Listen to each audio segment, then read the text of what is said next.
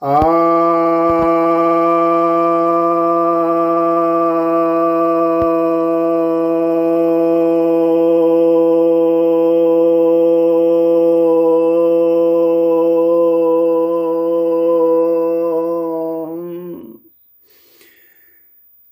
भक्त जनों को सप्रेम नमन।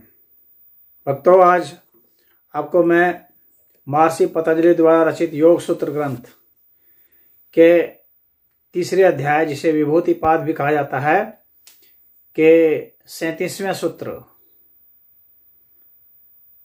की व्याख्या करने जा रहा हूं।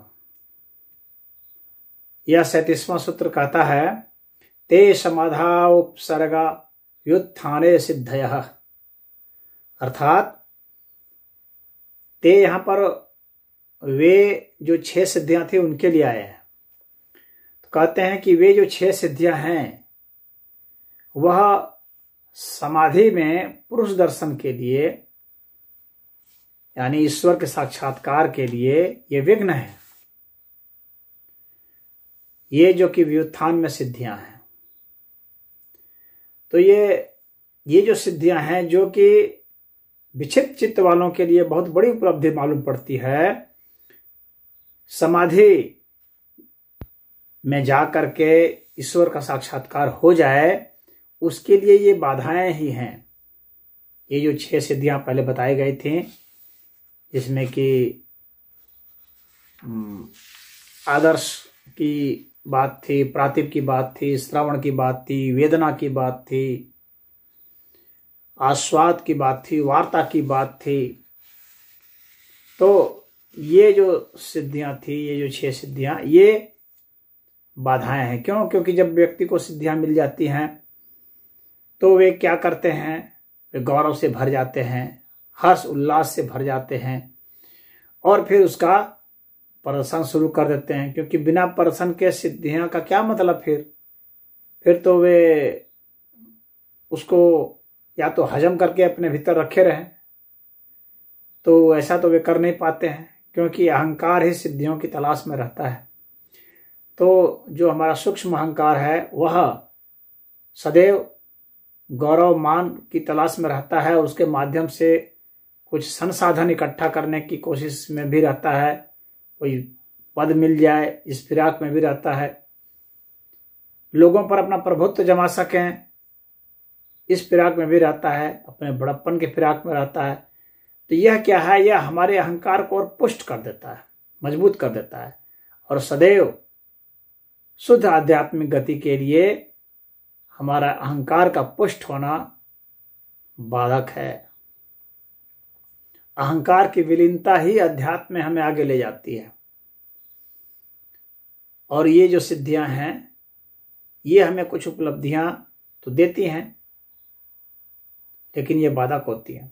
इन सिद्धियों के आने में कोई हर्ज नहीं है कि भाई हम समझ जाएं कि इस अस्तित्व में क्या क्या विलक्षणताएं हैं, इनको समझ जाएं, इस अस्तित्व में कैसी कैसी चीजें हैं, उनके क्या क्या गुण हैं, कैसी कैसी प्रक्रियाएं होती हैं, उनके विज्ञान ज्ञान क्या हैं, इसको समझ जाएं तो कोई हर्ज नहीं है। समझने तक, जानने तक में तो कोई हर्ज नहीं। हमारे भीतर, शरीर के भीतर कौन कौन सा मैकेनिज्म है, यह समझ जाए तो कोई हर्ज नहीं है। परंतु जब हमें लगता है कि हमने चरम उपलब्धि पा ली, यही बहुत बड़ी बात है, तब फिर यह एक बहुत बड़ी बाधा हो जाती है।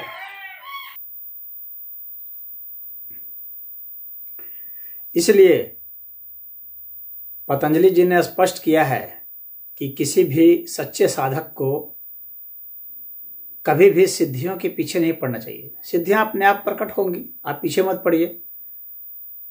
हो सकता है कभी आपको व्यक्तिगत वह काम भी आ जाए, कहीं ऐसी परिस्थिति में, आपद विपद में, परंतु आपको उसके पीछे नहीं पड़ना चाहिए, न किसी को बताना चाहिए सिवाय गुरु के, और किसी को भी बताने के लिए अलाउ नहीं है। यह परंपरा से है, यहाँ पतंजलि जी उसको लिखेंगे नहीं, लेकिन यह परंपरा से मान्य है कि सिवाय गुरु के किसी को बताना नहीं चाहिए, कहीं सार्वजनिक प्लेटफॉर्म पर उसका इजहार नहीं करना चाहिए। आजकल तो बहुत लोग इजहार करते हैं सार्वजनिक प्लेटफॉर्म पर, यह बतलाने के लिए कि मैं बहुत बढ़िया साधक हूँ, बहुत उच्च स्तर को प्राप्त हो गया हूँ, आध्यात्मिक हूँ। तो वास्तव में ऐसे लोग अपने लिए बाधा ही उपस्थित कर देते हैं। तो इसीलिए यहाँ कहा गया है कि वे जो हैं वो विघ्न हैं, उपसर्ग है। अब इसके बाद फिर कह रहे हैं कि व्युत्थाने सिद्धया, ये सिद्धियां किस अर्थ में हैं? ये सिद्धियां वास्तव में नहीं है। ये किस अर्थ में सिद्धियां हैं? विक्षिप्त चित्त के अर्थ में सिद्धियां हैं। यानी जैसे कोई बहुत दरिद्र कंगाल हो, उसको कुछ लाख रुपए मिल जाए तो वो सोचता है मैं अमीर हो गया, तो अमीर हो गया, लेकिन उस कंगालीपन के अनुपात में अमीर हो गया। लेकिन जब उसका अरबपतियों से खरबपतियों से पाला पड़ेगा तो क्या है? वो दरिद्र ही है, कंगाल ही है।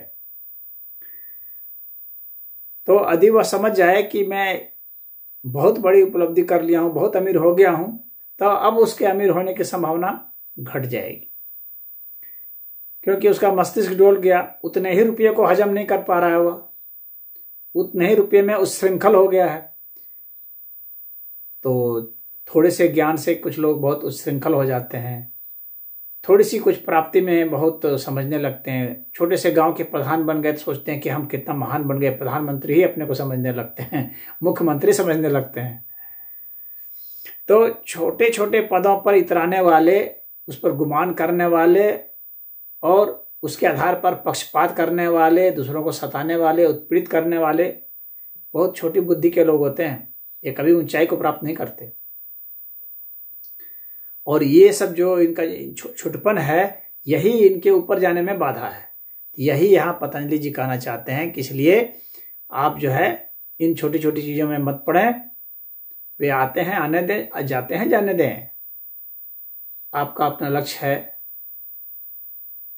आत्मोन्नति, और वो तब तक पूरी नहीं होगी जब तक आप समग्र अस्तित्व के साथ एकमय नहीं हो जाते। तब तक ये सब बाधाएं। तो यह व्युत्थान के लिए सिद्धियां हैं। बहुत हमारी जो आध्यात्मिक दरिद्रता थी उसके सापेक्ष में तो ये सिद्धियां हैं, लेकिन जो आध्यात्मिक पराकाष्ठा है उसके सापेक्ष में ये सिद्धियां सिर्फ बाधाएं हैं और कुछ नहीं है। ये एक पड़ाव है, एक ठहराव है एक जगह पर, वहां से आपको अपने कदम आगे बढ़ाने हैं। यही यहाँ पर ये कहना चाह रहे हैं और यह हमें सावधान करना चाह रहे हैं, हमें बतलाना चाह रहे हैं कि बेटे यहाँ पर मत रुको, यहाँ पर मत ठहरो, आगे चलते चलो। और आगे कुछ है, जैसे कि एक कहावत है, एक प्रसंग है छोटा सा, कि एक लकड़हारा था, उसने बहुत तपस्या की, भगवान प्रकट हुए तो भगवान ने कहा कि कहो तुम्हें क्या दे दें। तो लकड़हारा था, उसको कुछ पता भी नहीं था कि मुझे क्या चाहिए। तो वो सोचता था कि वो कहा कि मैं लकड़ी काटने आता हूँ, तो मुझे कुछ अच्छा मिल जाए, बढ़िया लकड़ी मिल जाए, अच्छी चीजें मिल जाए, यही मैं चाहता हूँ। तो ठीक है, तथास्तु। तो जब वो लकड़ी काटने गया तो देखा कि वहां पर एक कुल्हाड़ा रखा हुआ है, बहुत बढ़िया लोहे का एकदम फौलादी कुल्हाड़ा। करे तो हम बहुत बढ़िया चीज पा गए।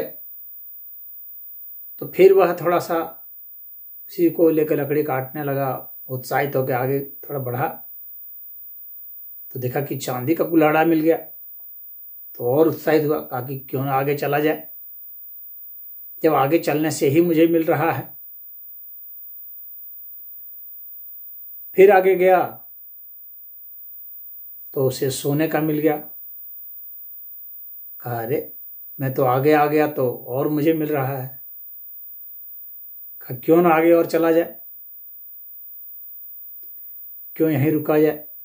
फिर वो आगे और गया तो वहां जाता है तो देखता है कि पूरे हीरे मोती पन्ने जवाहरात के जो है वो खजाने पड़े हुए हैं। तो कहा कि देखो भगवान ने, हमने मांगा भी नहीं और भगवान ने हमें यह दे दिया, हम तो बस सिर्फ आगे बढ़ते गए। तो आगे आपको बढ़ते जाना है, रुकना नहीं है। इस प्रसंग से हमें यही सीखना है और यही पतंजलि जी कह रहे हैं कि आप आगे बढ़ते जाइए। आगे बहुत बड़े बड़े खजाने हैं, वहां आप जाएंगे। बस आप रुकिए नहीं। जो चीज आपको उपलब्धि मिल जाती है उसको बड़ा मत समझिए, क्योंकि जान लीजिए कोई भी जो उपलब्धि है वो सदैव तुच्छ ही होगी। जब इन उपलब्धियों से आप ऊपर उठ जाते हैं तभी आपको वैसी चीज मिलती है जो कि फिर उसके तुलना में और कहीं फिर कुछ नहीं है। और फिर छोटी मोटी ये सब सिद्धियां क्या है, पूरा अस्तित्व ही आपका है, अनंत अस्तित्व ही आपका। अनंत अस्तित्व में जितनी घटनाएं सब आप हैं। तो आप अपने को वहां पर ईश्वर के तरह से रख करके देखें तो आपको पता चलेगा कि ये सब जो है हमारे ही है, हमारे द्वारा ही संचालित हो रहे हैं। मैं ही हूं जो संचालित कर रहा हूं, यह उस वक्त एहसास होगा। और तब फिर जो है व्यक्ति शांत चित हो जाता है। उसे न समाधि से मतलब रह जाता है, न समाधि की सिद्धियों से मतलब रह जाता है, न धारणा से, न ध्यान से मतलब। फिर इनसे उपराम हो जाता है। हमें उस उपराम की स्थिति तक पहुंचना है जहां पर हमें किसी चीज की जरूरत नहीं है। जब तक हमें किसी चीज की जरूरत है तब तक हम अभी अधूरे ही है। पूर्णता में फिर कोई आवश्यकता नहीं रह जाती है। पूर्णता का मतलब ही होता है सभी आवश्यकताओं से ऊपर उठ जाना, परे हो जाना, क्योंकि अब उसमें कोई अभाव नहीं रह गया। तो आज इतना ही। ओम।